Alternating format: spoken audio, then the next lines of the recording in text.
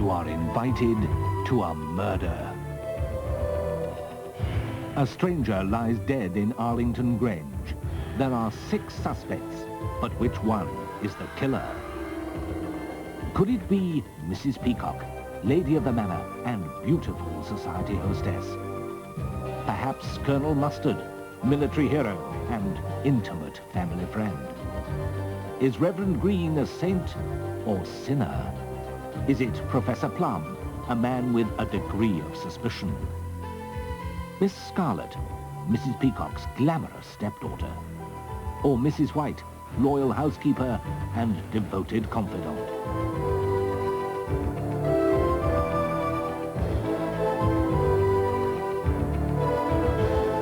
And here is your host for Cluedo, Richard Madeley. Thank you. Well, hello, good evening and welcome to Cluedo, the programme which tests your powers of observation and deduction as you play armchair detective and solve another murder at Arlington Grange. And I just wonder if you'll crack the case faster than our celebrity sleuth tonight, who are actress and television personality Una Stubbs and sports presenter Nick Owen.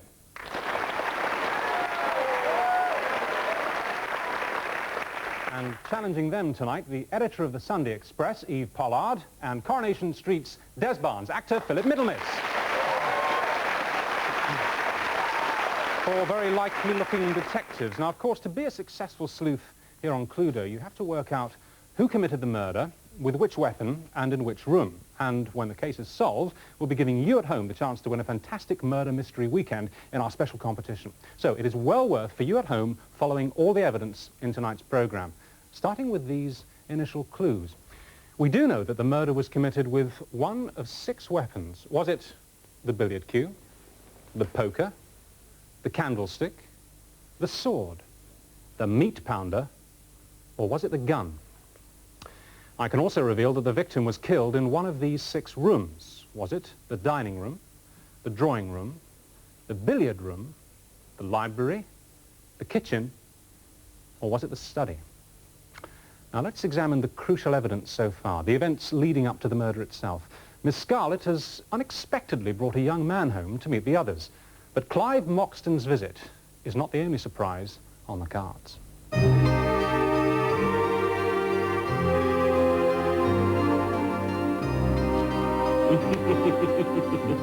done it again. Clive isn't used to losing, are you, Clive? I think somebody ought to warn me about you, Vicar. Well, I'm most awfully sorry. It's really rather embarrassing. Don't apologise. All's fair in love and war. And that includes poker. I do hope this isn't a bad time to interrupt the game. Not at all, Mrs. P. If we carry on much longer, I'm likely to end up completely begging. Only Mrs. White is ready to serve dinner. Oh, no. Yes, indeed. Well, I wouldn't like to be her husband, that's all I can say. Come, Professor. Marriage is a blessed state. In the eyes of the church, all marriages are made in heaven. So how come most of them seem to end up in hell? Do they? I hope not, because Vivian and I have a special announcement to make, haven't we, my dear? Oh? Clive and I are going to get married. Oh? When? Just as soon as we can arrange for a special license. That's wonderful news. Thank you. Oh, yes. Congratulations. Yeah. You're a lucky chap. Aren't I just? But how? Her father's will stipulated that the trust funds should all revert to her on the event of her marriage. I know what her father's will stipulated. God, I wish I'd never let you talk me into this. We were the trustees, for heaven's sake. I seem to remember you needed the money as much as I. Well, I thought we were going to pay it all back. Eventually. Now there isn't time. Unless somehow we can stop this marriage from taking place. I just want to know what you think you're playing at. Oh, darling, I'm sorry, but I can't explain. You know, it doesn't need to make any difference. Well, as far as I'm concerned, it makes a hell of a lot of difference. I have to do this, Mike. I don't have a choice. So just trust me. You mean You don't love him? Mike, what do you think? I think I'd better have a word with this fiancé of yours.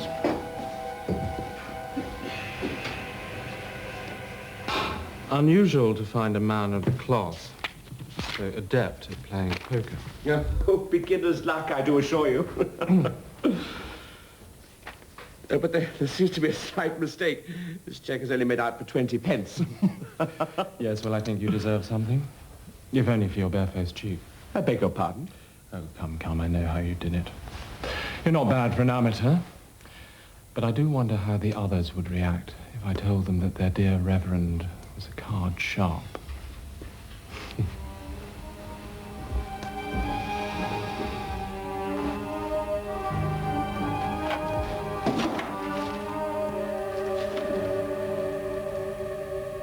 You'll get your money, but that's all you're going to get, so I don't think there's anything else on offer.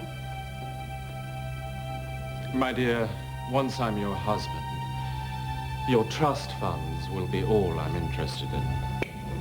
But until then, if you really don't want the others to find out quite how much you owe me, I think you ought to play at being my beloved with just a little more enthusiasm. You really are the most repulsive person I've ever met, Clive. Well, that makes it all the more delicious when I think of the fun we're going to have together. Yeah, I'll see you in hell first.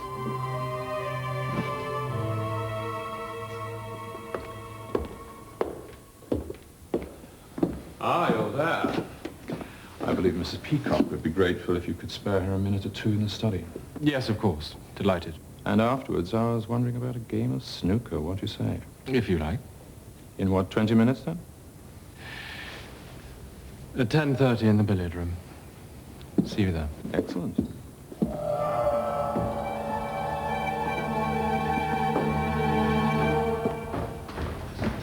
Oh, are you all right? Do you not feel so good? No, I've got a thumping headache. I think I'll go straight to bed. I'm not surprised. Look, Miss Vivian, I couldn't help overhearing you and that man. Look, if there's anything I can do, you've only got to ask. Whatever you've overheard, Mrs. White, just forget it. Please. Well, if you say so. Only I do. Good night.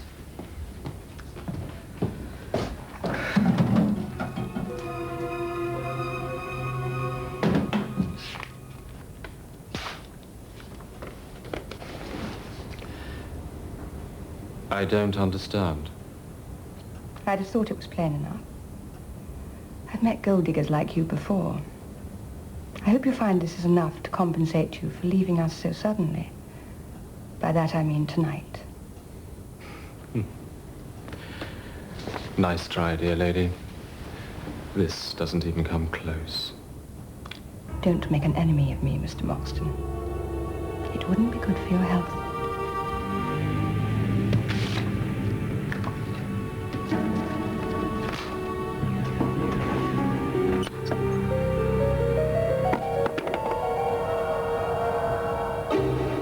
Sorry, you're not feeling too good, darling? I feel absolutely foul, actually. Anyway, if you wouldn't mind videotaping that program for me. Worry not. When was it? Straight after the news. Oh, of course. Oh, and you may have to rewind a tape. You saw Mark show jumping. Leave it to me. Good night, Mike. I'll see you tomorrow. I know it's none of my business, but I'm not at all happy about Miss Vivian and... Neither am I, dear lady. I fear she's making a terrible mistake. As it happens, I feel exactly the same. So as friends of the family, shouldn't we do what we can to stop this wedding? Do excuse me, I must speak to Mrs. Peacock before it gets too late.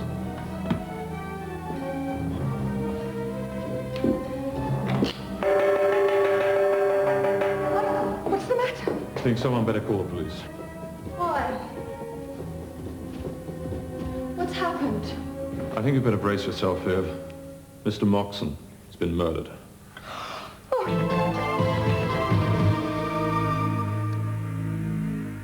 So Clive Moxton received a deadly dowry.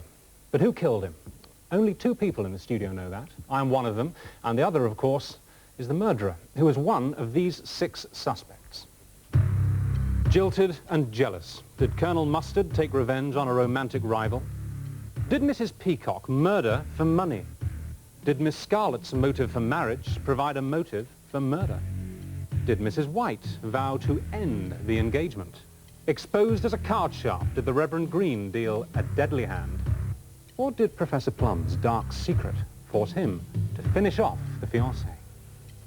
So there they are. Our 6 suspects, 6 possible murder weapons, and of course 6 possible rooms. So studio detectives, based on the evidence so far, I'd like you to give me your gut feelings about this case. First of all, Una and Nick. Our gut feelings at the moment are in the billiard room with the meat pounder and Mrs. White. Mrs. White? Mm-hmm. Oh, I know. A mixed reaction to that. You have a 1 in 6 chance of being right at this point. Let's move across now to Eve and Philip. Your instinctive feelings about the case. Well, our gut feeling is that it was in the study, with a gun, a nice, quick, clean death, and it was Professor Plum. Plum? Well, those hunches could, of course, be close to the truth, or they could be very wide of the mark. We'll be finding out soon as we go, but now it's time to begin our murder investigation proper. In round 1, our studio sleuths can cross-examine all the suspects. But before they begin, just one more vital piece of information for everybody. Only the murderer can lie. All the others must be telling the truth at all times. So, Una and Nick, would you like to start the cross-examination, please? Yes, I'd like to have a word with Mrs. White, if I may. You overheard the conversation between Miss Scarlet and Clive Moxton, then later made it clear you were upset, and suggested to Miss Scarlet you'd like to help. Well, how? Well, I'm not a rich woman, but I have got a small endowment policy that I'd be prepared to cash in and give her the money, because it seemed to be a financial problem. I've known Miss Vivian since she was tiny. I'd do anything to... All right, Mrs. White, don't distress yourself. Thank you for giving us that answer. Philip, would you like to make a cross-examination? Yes, I'd like to ask Mrs. Peacock. You're obviously a woman with a lot of assets, so why couldn't you replace the money you took from Miss Scarlet's trust fund? I may appear to be a very affluent woman, and indeed in many ways I am, but I do have some financial difficulties, and did have some financial difficulties at Arlington Grange. And in fact I did have to borrow some money from Vivian, and at this time I could not possibly afford to pay it back. So, hard times and a depleted trust fund. Another cross-examination question, please, Una. Yes, I'd like to ask the Reverend Green. You didn't seem too outraged at the accusation that you were a card sharp, which to me implies a dubious character. Well, I think the problem was at Ecclesiastical College, I rather got into some bad habits. And a lot of my friends here, I mean, Peter and I would often play cards, and they would probably allow me to win on the pretext that I had such a small stipend. Right, Eve Pollard, your chance to cross-examine again. Well, Colonel Mustard, you're obviously a very passionate man, but were you lusting purely for Miss Scarlet, or did the trust fund fuel that passion? That's an absolutely outrageous statement. I'm here to tell you that I get a very handsome pension from my long good service in the army. And I have no designs on Vivian's money whatsoever. I simply love her. I'm sorry, darling. We have time for another question. Yes, I'd like to speak to Miss Scarlet, if I may. We saw you saying good night, lovingly, to Colonel Mustard. What were your movements after that? Well, I had the most terrible headache, and I'm afraid I was extremely boring and just went to bed. But later on, I really had trouble sleeping, so I went down to get a couple more paracetamol, and that's where I met Mrs. White, so she can vouch for me there. But really, it was early night and lots of sleep for me. Philip, your turn. Yes, this is aimed at Professor Plum. You were obviously very worried about Miss Scarlet's marriage, not to mention your hand in the till, so to speak. Just what happened at your meeting with Mrs. Peacock? Oh, I don't think you should fall into that old trap of believing the evidence of your own eyes. I simply want to ask Mrs. Peacock if she'd had any success in dissuading Moxton, whom we consider to be a gold digger. All right, well done. We've heard from each of our 6 suspects now, and now our studio detectives have to make a deduction. Now, the best thing, of course, for them to do would be to get a completely correct deduction, that is 3 out of 3, but a completely incorrect deduction has a sort of silver lining. It's almost as valuable because they will then be able to eliminate a room, a weapon and a suspect from these inquiries here tonight. So, Una and Nick, to begin with, which room was Clive Moxton killed in, with which weapon, and who do you think committed the murder? We still go for the billiard room, the meat pounder, and Mrs. White. Why? You think that she would do anything to protect anything, even murder, to protect Miss Scarlett? Even Philip, could you please tell me which room, which weapon, and who did the killing? We are very suspicious of Colonel Mustard. It was in the drawing room, and of course he's a military man, he's ruthless, he's killed before, he did it with a gun. All right, thank you for that deduction. Now, let's move back to Una and Nick. Now, your deductions were these: the billiard room, the meat pounder, and Mrs. White. And I can tell you that you got 1 out of 3 of those deductions correct. Even Philip, you just said that you think the murder was done in the drawing room, the gun was used, and Colonel Mustard is the killer. You are completely wrong on all 3 counts. So we now know we have definitely eliminated the drawing room, the gun, and Colonel Mustard. So, Colonel Mustard, you are an innocent man and proven so. And that's where we have to leave our investigation for just a few moments. But we will be back with more evidence, more clues vital to solving the murder of Clive Moxton. So please join us after the break.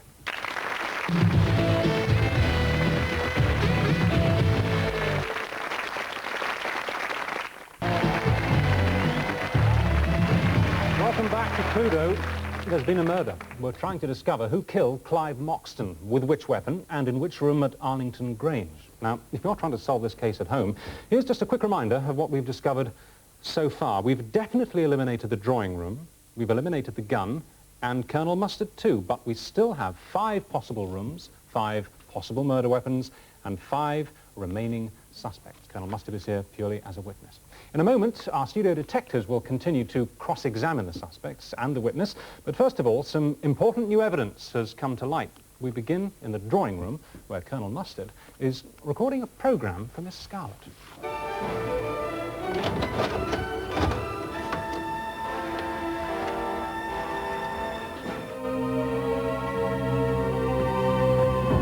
Everything all right, Miss Vivian? Oh, yes, I just wanted to get a couple of paracetamol in case I woke up in the night, couldn't sleep, you know. Well, hope you feel better in the morning. Thank you. Good night. He just threw the cheque straight back at me. Damn at last. And what do we do now?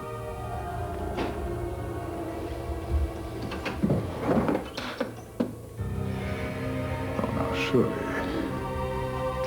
I'm sure you don't want to go to prison for embezzlement, Peter. No? Neither do I.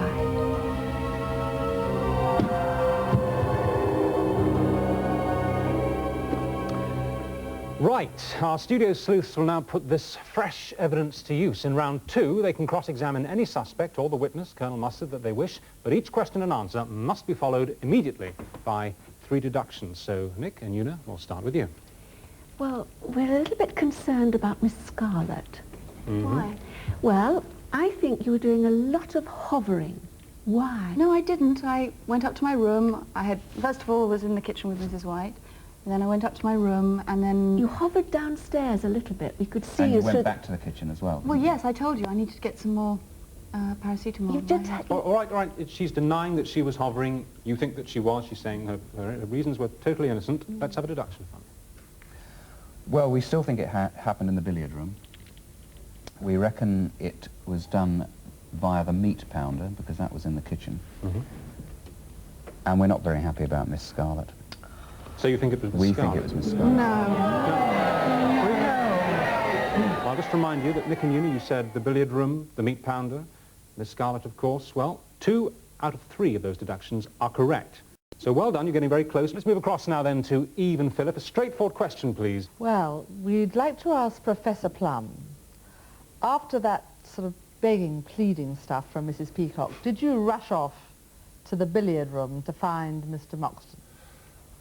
No, I couldn't tear myself away from Mrs. Peacock, and time seemed to stand still, and then suddenly I heard a terrible noise. I believe it was a gong, and I glanced at my watch and saw it was 10:40, and then I felt deeply alarmed, a gong going at 10:40, and I rushed out.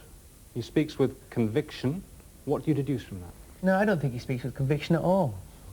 We were saying earlier on that we thought for a learned and well-respected man like the Professor, that the thought of prison would be devastating to him. All right, so just tell us exactly where, what with. Obviously you think it was Professor Plum. Well, the billiard room and with the billiard cue. Right, and Professor, they're accusing you. So let's just remind ourselves, even Philip, you said the billiard room, the billiard cue, and of course Professor Plum. Well, I can tell you that 1 out of those 3 deductions are correct. Of course, on their last deduction, Una and Nick got 2 out of 3 correct. So I wonder if we can draw any conclusions from these 2 sets of deductions. Just compare them. Now another question. Could I have another word with Miss Scarlett, please? Certainly. When you heard the gong, Yes. were you actually in bed? I was, you must know, I'd like to. lying on my bed. I hadn't got into bed at that point. So let's have some deductions from that, please. Well, we still think it's the billiard room, don't Yes. Mm-hmm. But weapon, we think, we've changed our views on the weapon, haven't we? And we Yes. believe the sword stick. The sword stick. And you think the murderer? Miss Miss Scarlett. Scarlett. Miss Scarlett. Let me just ask you, calm yourself, Miss Scarlett. Why? The motive was she didn't want to marry this guy. And, you know, there were financial problems as well. And she heard about the 10:30 meeting in the billiard room. And she made an excuse to be out of the way, i.e. she was feeling unwell. And she made sure that the man she loved was out of the way, recording a video. Thank you very much. I can tell you that it was committed in the billiard room. It was the sword stick. And it was Miss Scarlett.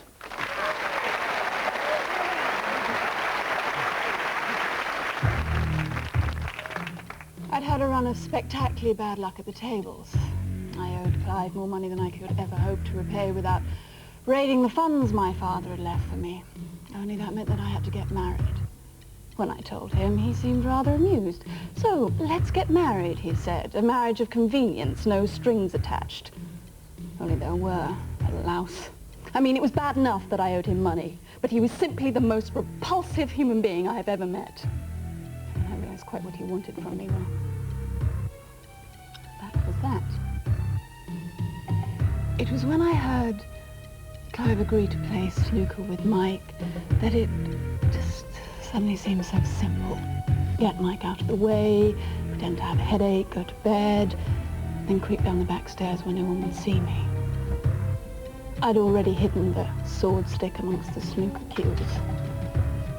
Clive thought that I'd come to watch. And whilst he lined up a trick shot to impress me with his brilliance, I just... I don't regret it. As far as I'm concerned, I've done the world a favour.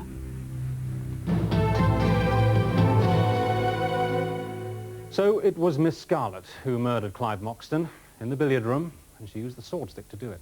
My apologies to the other 5. You're, of course, in the clear, and thank you for bearing with the questioning for so long. We're very grateful.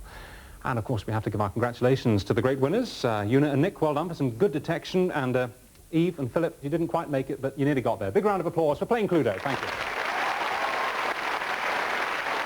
And thank you for watching Cluedo tonight, and I hope you've enjoyed playing Armchair Detective again. If you'd like to win a murder mystery weekend, then you can enter our special telephone competition, and we'll give you the phone number to ring in just a couple of minutes. We hope to see you again very, very soon on Cluedo, but for now, from all of us here on the programme, it's a very good night to you. Good night.